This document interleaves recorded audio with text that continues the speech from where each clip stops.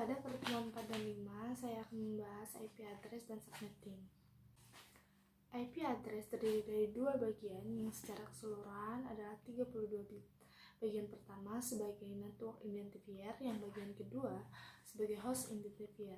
Keduanya membentuk IP address. Contoh IP address 192.168.18.57. 3 oktet pertama adalah porsi dari network identifier. Oktet terakhir 57 adalah host identifier, dikenal sebagai hierarchical addressing. Netmask bisa disebut sebagai netmask atau subnetmask pada pengalamatan jaringan. Selain IP address yang perlu dikonfigurasi adalah subnetmask. Subnetmask mempunyai panjang 32 bit sama seperti IP address. Unicast, multicast, broadcast.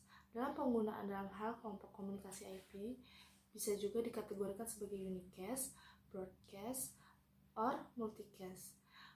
Kategori IP berdasarkan kelompok komunikasi one-to-one, unicast, one-to-many, multicast, one-to-all, broadcast. IP address assessment dalam melakukan konfigurasi IP address pada komputer bisa dilakukan dengan statik dan dinamis.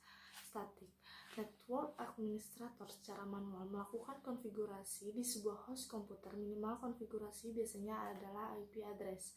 Subnetmask adalah default gateway dynamic sebagai mekanisme melakukan konfigurasi IP secara otomatis. Administrator tidak perlu melakukan konfigurasi secara manual ke host. Nomor IP diambil dari server yang mempunyai database IP.